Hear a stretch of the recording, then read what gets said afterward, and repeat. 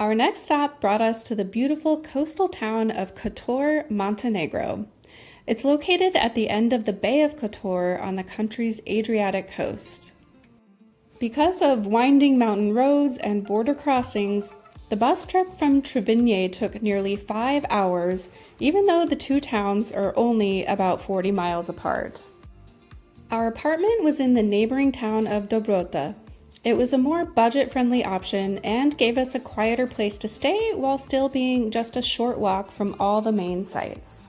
One of the unexpected highlights was the view from our patio. Every day we watched enormous cruise ships glide into and out of the Bay of Kotor, passing surprisingly close to the shore. After settling in, we headed out for a walk along the promenade. The sky lit up with brilliant shades of orange, pink, and purple as the sun disappeared behind the mountains. It was the perfect welcome to Kotor.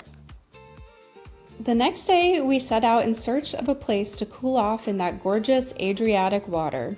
Instead of traditional beaches, most people spread out along the concrete docks that line the bay, using ladders or steps to hop into the water. We managed to find one of the area's pebble beaches with its more gradual entry into the bay.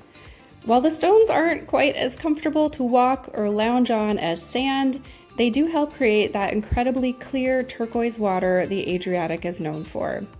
It didn't take long before we were in the water enjoying the perfect way to escape the summer heat. The next day, we walked about 20 minutes along the water into Kotor Old Town. We tried to plan our visits around the cruise ship schedules whenever we could, giving us a chance to experience both the lively atmosphere and the town at a more relaxed pace. This was supposed to be a low crowd day, which means there's only one giant cruise ship in here today, so we'll see what the town looks like. There were still a few larger tour groups making their way through the streets, but Kotor didn't feel overwhelmingly crowded. We entered the town through the impressive Sea Gate and stepped into the main square where the iconic clock tower stands, framed by the towering mountains that rise dramatically behind the city.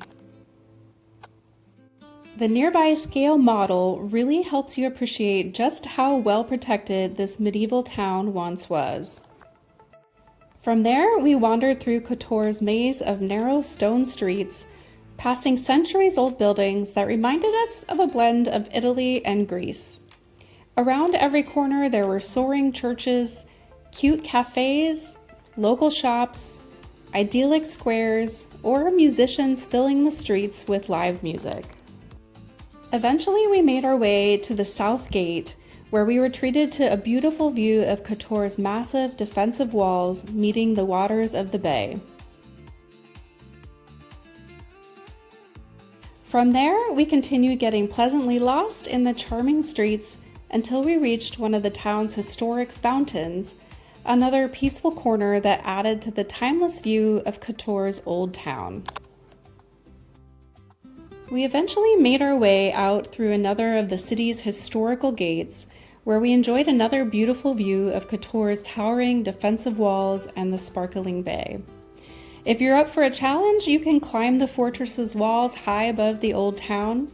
The hike includes more than 1,000 stone steps and rewards you with some incredible panoramic views over the bay. Admission is around $17 per person, and as tempting as those views were, with the summer heat in full force, we decided to save that climb for another visit. After exploring the old town, it was time to cool off.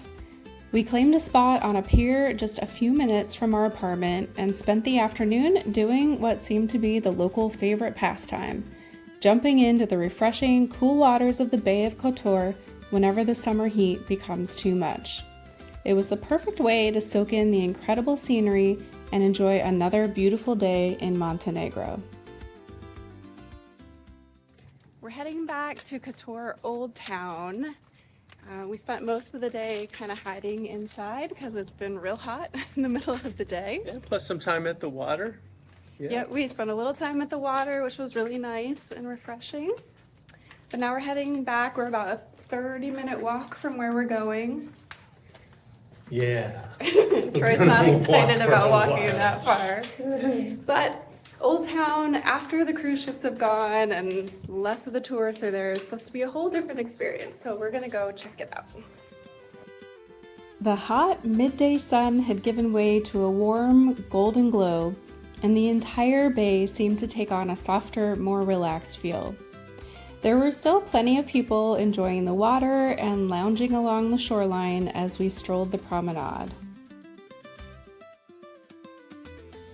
In the evening light, Kotor's ancient walls looked even more impressive, and with the cruise ships having departed for the day, the town felt noticeably calmer and less crowded. It was our favorite time to wander through the streets and take in the atmosphere.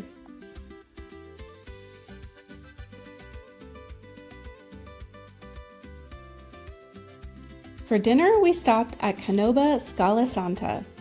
I tried the local specialty black cuttlefish risotto.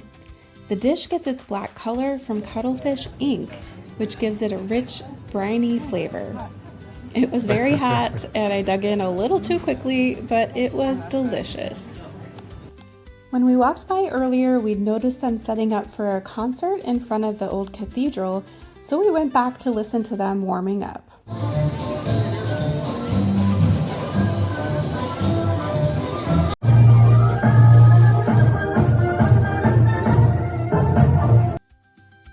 We continued wandering through the old town in search of something sweet.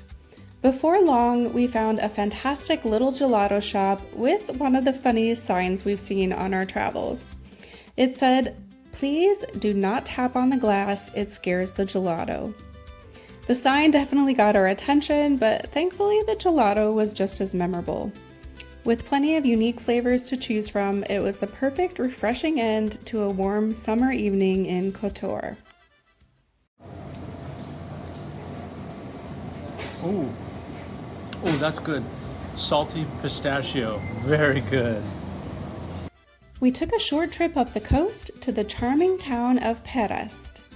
We hopped on the local bus for just over $2 per person, and about 30 minutes later, we were stepping off into one of the prettiest little towns on the Bay of Kotor. A staircase led us down to the waterfront, where Perast immediately won us over with its relaxed atmosphere. The town is lined with elegant stone palaces, historic churches, and a scenic promenade hugging the bay. Our first stop was St. Nicholas Church, a beautiful 17th century church that sits in the heart of the town's main square. Its tall bell tower is the most recognizable landmark in Perast and has watched over the waterfront for centuries. For just over $2 per person, we climbed a lot of stairs to make it to the top of the bell tower. How was that hike up the stairs?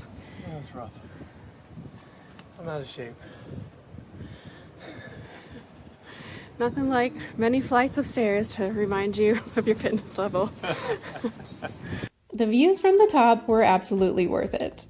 Looking out over the red rooftops and the sparkling bay, we got a great view of the two iconic islands sitting just offshore. Our Lady of the Rocks is a unique man-made island created over hundreds of years by local sailors, while the neighboring St. George is a natural island that's home to a centuries-old monastery. They have become one of the most recognizable views in all of Montenegro. After taking in the scenery, we headed back down and continued exploring this charming little town, wandering past waterfront cafes, historic churches, and the town museum.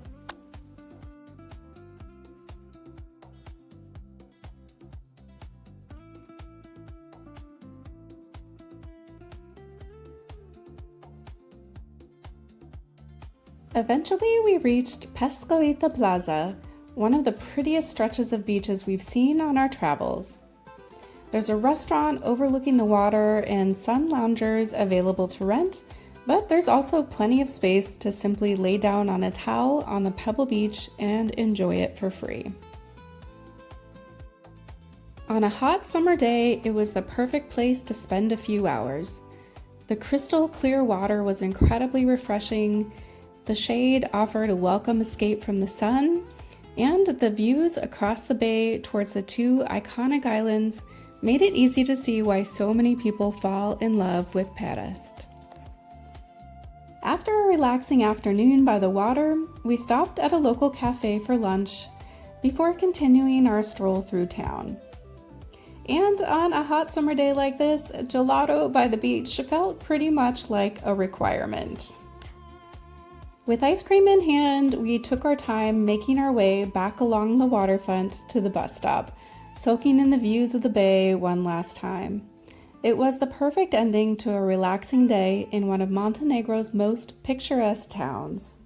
Kotor ended up being one of our favorite places to slow down. Whether we were watching cruise ships drift through the bay from our balcony, cooling off in the crystal clear water, or wandering the beautiful promenades, it was a destination that reminded us sometimes the best travel experiences come from doing a little less.